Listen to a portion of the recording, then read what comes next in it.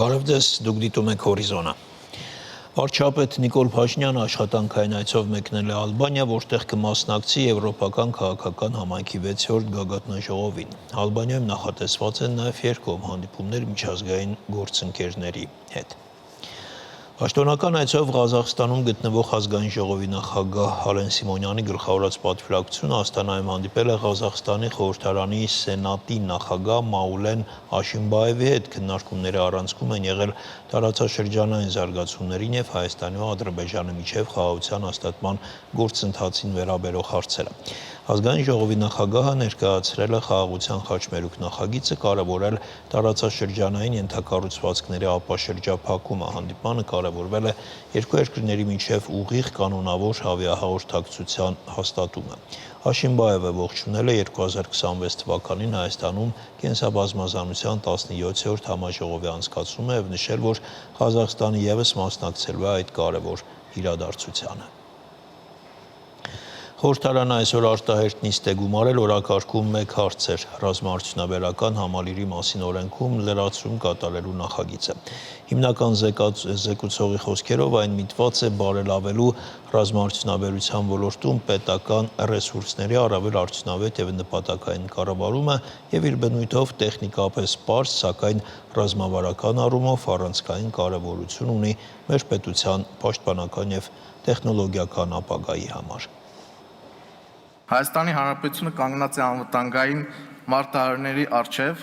եւ այս իրողության պայմաններում մեր պետության ռազմաարդյունաբերական կարողությունների զարգացումն ու ինքնաբավության մակարդակի բարձրացումը դարձել է խիստ անհրաժեշտություն։ Ռազմաարդյունաբերական ոլորտը մեր ազգային անվտանգության հիմնասյուներից մեկը պետք է լինի եւ դրա արդյունավետ զարգացման համար պետք է ապահովի համապատասխան օրենսդրական հենք։ Նախագծով ռազմաարդյունաբերական համալիրի մասին օրենքը լրացվում է նոր 4.1 գլխով, որը սահմանում է օրենսդրորեն ամրագրել լիազորություն կառավարության համար, որով նա կարող է որոշել պետական սեփականություն հանդիսացող ռազմական նշանակության արտադրանքը տրամադրել ռազմաարդյունաբերական համալիրի սուբյեկտներին նոր արտադրատեսակների մշակման, արդիականացման, նորոգման կամ փորձարկումների նպատակով։ Նախագծով նաև սահմանում է, որ այդպիսի գործարքների իրականացումը կատարվի լիազորված մարմնի միջոցով կառավարության որոշման հիման վրա։ Սա կարևոր է գործընթացի վերահսկելիության ու թափանցիկության երաշխավորելու համար։ Այս կարգավորումը ոչ միայն անհրաժեշտ է ռազմաարդյունաբերության սահուն զարգացման համար, այլև կարող է խթանել գիտահետազոտական ու փորձակոնստրուկտորական գործունեությունը, նպաստել տեղական ինովացիաների զարգացմանը եւ միաժամանակ ստեղծել վերահսկելի մեխանիզմներ պետության կողմից սեփական ռեսուրսների գործառնական օգտագործման համար։ Ելնելով այս փոփոխության տրամաբանությունից ակնկալում ենք հետեւյալ հիմնական արդյունքները. տեղական արտադրողների տեխնոլոգիական ազատության ընդլայնում, պետական ռեսուրսների նպատակային կիրառություն, նորարարության խթանում ռազմաարդյունաբերության ոլորտում, պաշտպանական անկախության աստիճանական խորացում։ Նախագիծը մշակվել է բարձր տեխնոլոգիական արդյունաբերության նախարարության հետ սերտ համագործակցությամբ եւ բխում է Հայաստանի Հանրապետության կառավարության 21-26 թվականների ծրագրային դրույթներից, մասնավորապես ռազմաարդյունաբերական ներուժի զարգացում, արտադրական շղթայի ամբողջական ապահովում եւ տեղական հնարավորությունների ընդլայնում։ Նախագծի իրականացումը չի հանգեցնում բյուջետային ծախսերի ավելացման։ Հարգելի գործընկերներ, այս նախագիծը ոչ միայն տեխնիկական լրացում է, այլև համակարգային քայլ մեր ռազմաարդյունաբերության ներուժը լիարժեք օգտագործելու եւ զարգացման նոր փուլ մտնելու ուղղությամբ։ Մայիս ամսին դեռևս մենք նախատեսել էինք տարատեսակ զինատեսակներ, ռազմամթերք, լրամասեր փոխանցել 1 տասնյակից ավելի ռազմաարդյունաբերական ընկերությունների, որոնք մի քանի նպատակով են դրանք ստանալու համար մեզ դիմել, մասնավորապես նոր տեսակի նոր զինատեսակների արտադրության եւ դրանց պետական փորձարկման տանելու նպատակով, հիմնանորոգման աշխատանքների, արդիականացման աշխատանքների եւ օգտահանման նպատակով, այսինքն մի քանի նպատակ է ունեցել, այս օրինակ նախագծի հիմքում դրված եւ մեխանիզմ ստեղծելու համար եւ մայիսին մենք ակնկալում էինք, որ համապատասխան իրավական ընթացակարգերով առաջնորդվելով մենք կկարողանանք այս աշխատանքը պատշաճ կերպով իրագործել, սակայն կառավարության գործընկերների հետ, հատկապես մեր իրավաբան գործընկերների հետ հավերժ եւ անվերջանալի թվացող քննարկումները ստեղծում էին ռիսկ նախատեսված ժամկետներում այս աշխատանքը պատշաճ չկատարելու, հետևաբար մենք ընդունեցինք գործընկերների առաջարկը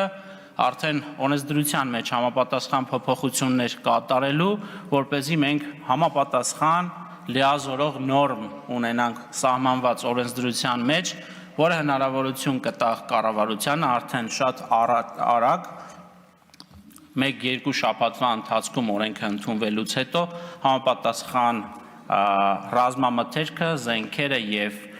լրամասերն ու բաղադրիչները, որոնք հանդիսանում են պետական սեփականություն, տրամադրել ռազմարդյունաբերական ընկերություններին։ Ուստի եւ եւս մեկ անգամ հույս ունեմ, որ դուք ըմբռնումով եք մոտենում այս հապճեպությանը, բնականաբար նաեւ միևնույն ժամանակ ստանձնելով պատասխանատվություն ապագայում հնարավորինս չեզոքացնել այս օրինակ նախադեպերը։ Կառավարությունը քաղաքաշինության կոմիտեին կհատկացնի 67.5 միլիոն դրամ Եվրամիության 7 նորմերի տեղայնացման կանխավճարի տրամադրման համար։ Որոշումը կայացվել է գործադիրի այսօրվա նիստում։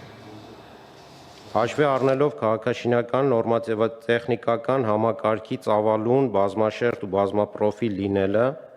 եվրոպական նորմերի տեղայնացման գործընթացը կիրականացվի փուլերով։ Այս փուլում 2025 թվականին առանձնացրել ենք առաջնահերթ 7 ենթաոլորտներ,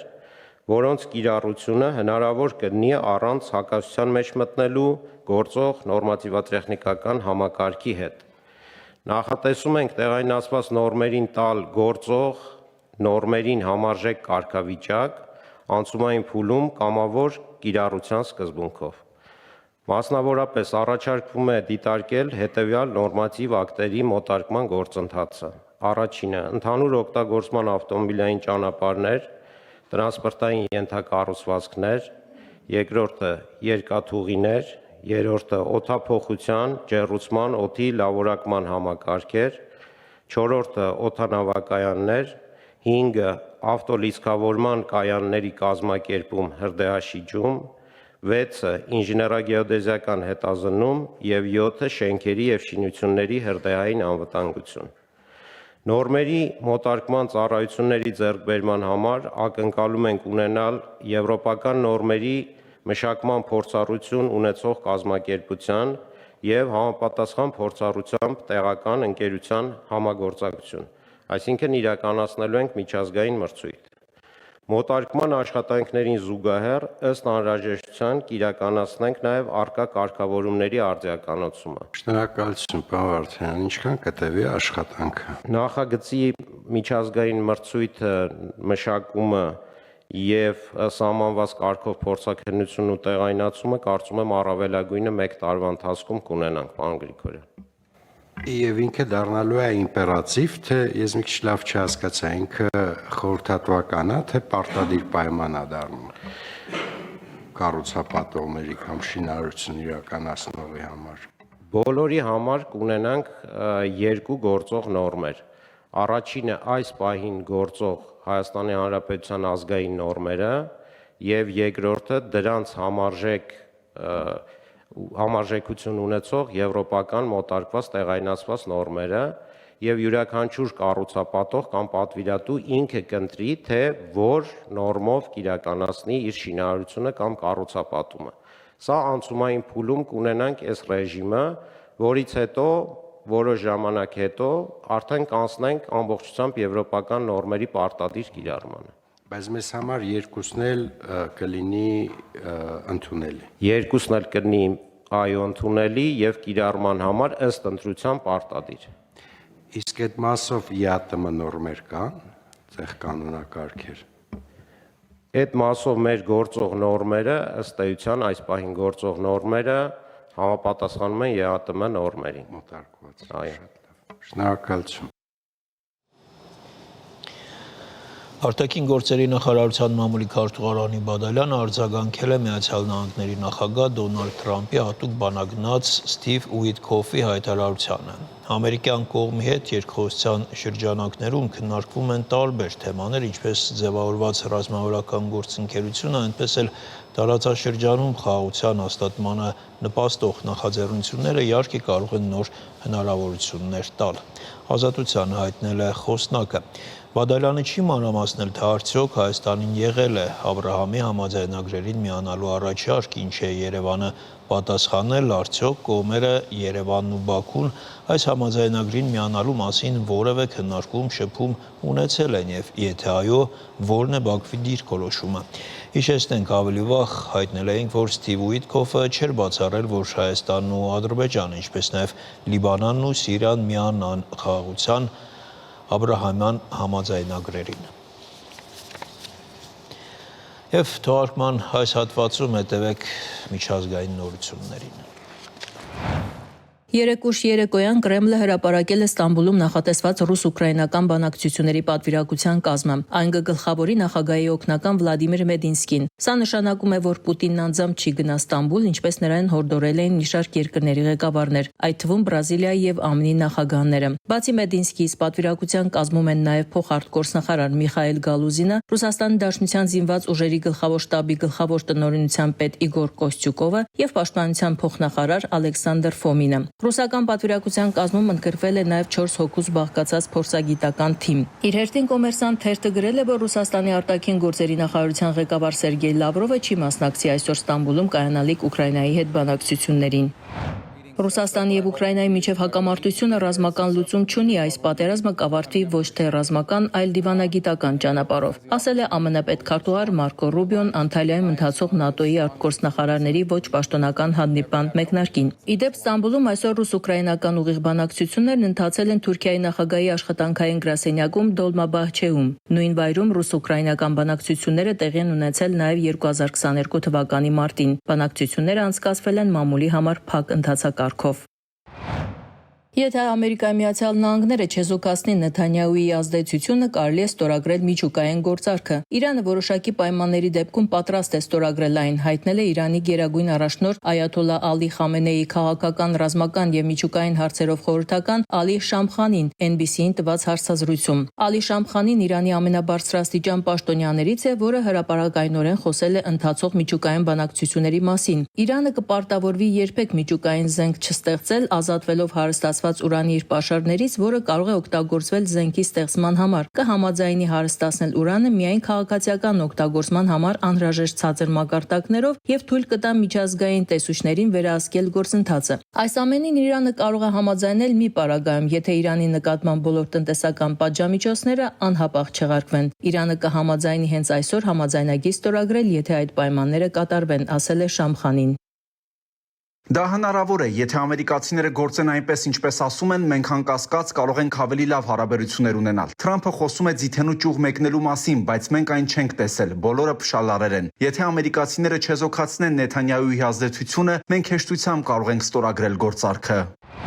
Իսրայելական օդուժը ինտենսիվ հարվածներ է հասցրել Գազայի հատվածին, որի հետևանքով զոհվել է առնվազն 80 պաղեստինցի։ Զոհվածների մեծ մասը կանայք եւ երեխաներ են։ Երեք իսրայելական բանակը Գազա քաղաքի մի քանի թաղամասերում մարդկանց տարհանման նոր նախազգուշացում է տարածել, ինչը ստիպել է հազարավոր պաղեստինցիների լքել իրենց ապաստարանները։ Իսրայելական բանակի կողմից հրապարակված քարտեզների համաձայն թիրախավորման ենթակա տարածքների թվում են մի քանի դպրոցներ եւ Շիֆայի հիվանդանոցը։ Ականատեսները եւ բժիշկները պատմել են, որ տարհանման հայտարարությունից անմիջապես հետո իսրայելական ինքնաթիռները մի քանի ավիահարվածներ են հասցրել Գազայի հատվածում գտնվող թիրախներին։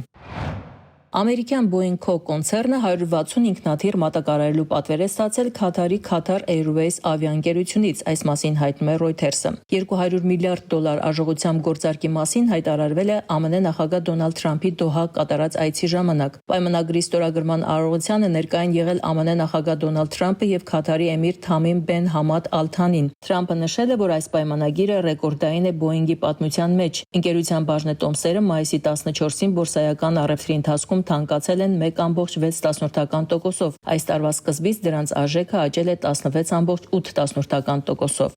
Ալա Ղալաչյան, Հորիզոն։ Այս կանը կհանդիպենք ժամը 18-ին։